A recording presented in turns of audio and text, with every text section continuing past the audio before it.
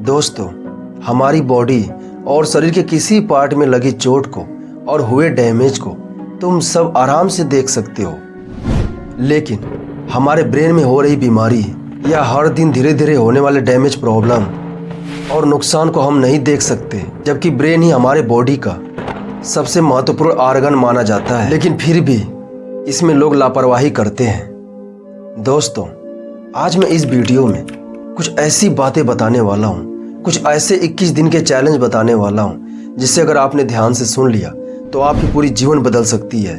तो चलिए शुरू करते हैं।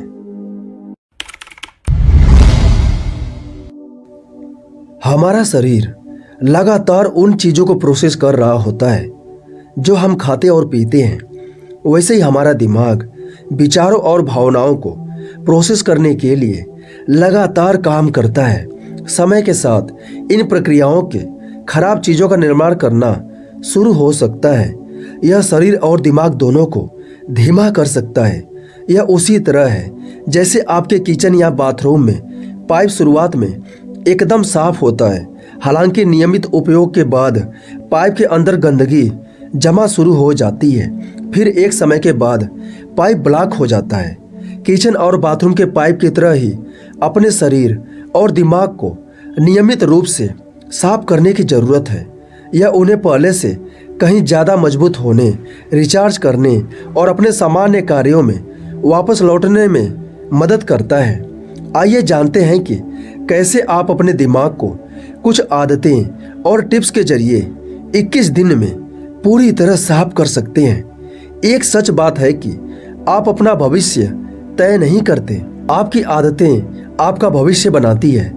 और आदतों से सीधा कहूँ तो अच्छी आदतें ही अच्छा जीवन बनाती है। इसीलिए आपको अगर अच्छा जीवन और सफलता चाहिए तो अच्छी आदतें बनानी ही पड़ेगी। आप कहोगे कि मैंने तो कह दिया कि अच्छी आदतें बनाओ, लेकिन यह इतना आसान नहीं है।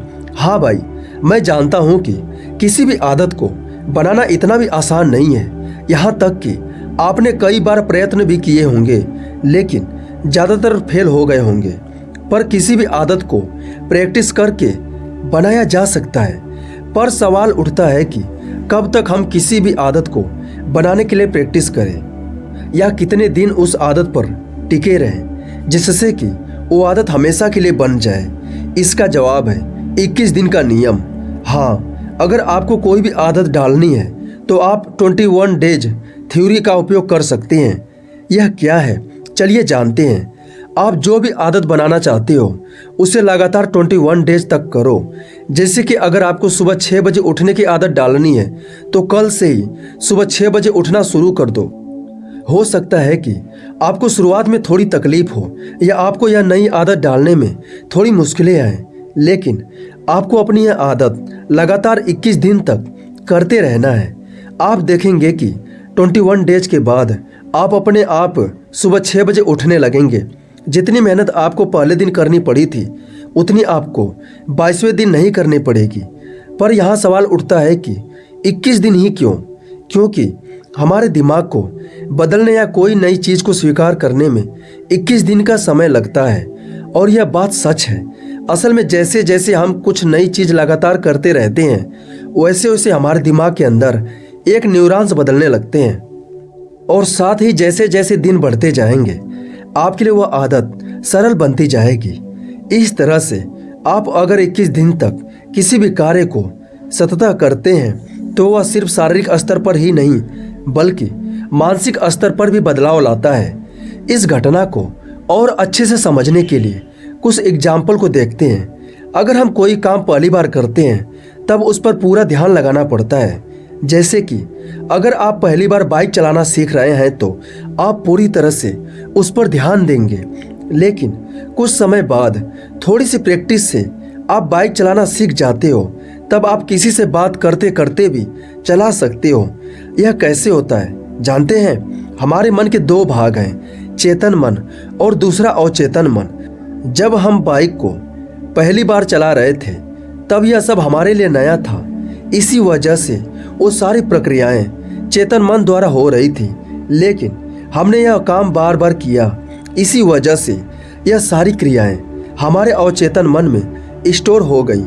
इसी वजह से अवचेतन मन अपने आप उस कार्य को कर देता है और हमें वह कार्य करने में किसी भी तरह की मेहनत नहीं लगती।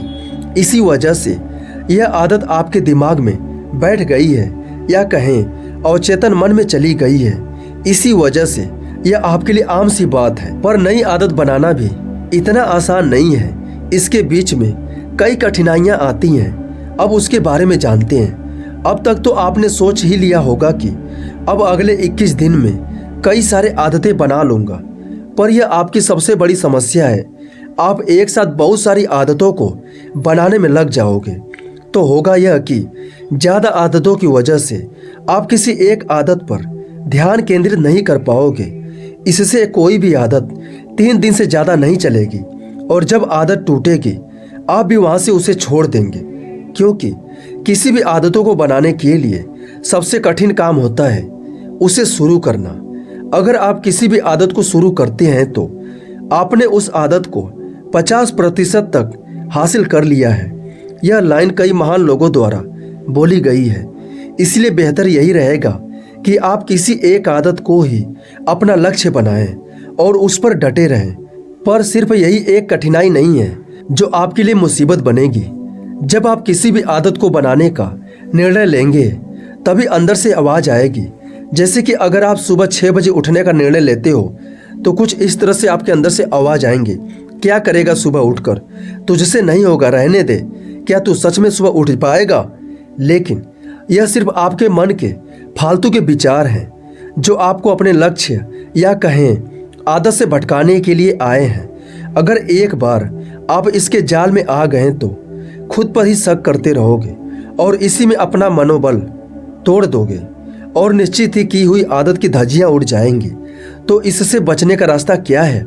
जवाब सिंपल है, आप इस तरह के विचारों पर ध्यान ही ना दो, क्योंकि आप जितना ज़्यादा ध्यान ऐसे विचारों पर केंद्रित करोगे आपके मन में और भी ऐसे ज़्यादा विचार आते जाएंगे। लेकिन बात यहाँ पर ख़त्म नहीं हो जाती। जैसे आपके 2 या 3 दिन बीतेंगे फिर से अंदर से आवाज़ आएगी, तेरी मेहनत वेस्ट जाएगी, इससे सिर्फ समय बिगड़ेगा, ऐसे फालतू काम करने से अच्छा है कुछ और ही कर ले।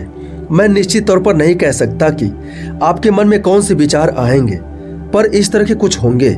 इन सारे फालतू विचारों से बचने का एक तरीका है कि आप अपने आदत बनाने से पहले यह तय कर लें कि आप यह क्यों कर रहे हैं। जैसे कि मैं क्यों सुबह उठना चाहता हूँ, उठकर मैं क्या करूँगा, क्या मैं व्यायाम करने से जल्दी ठीक होना चाहता हूँ। हो सके तो आप यह कारण किसी पेज पर लिख लो, क्योंकि जब भी आप खुद पर शक करेंगे या अपनी आदत पर से विश्वास कम हो जाएगा तब यह चीज़ आपको मोटिवेशन देगी।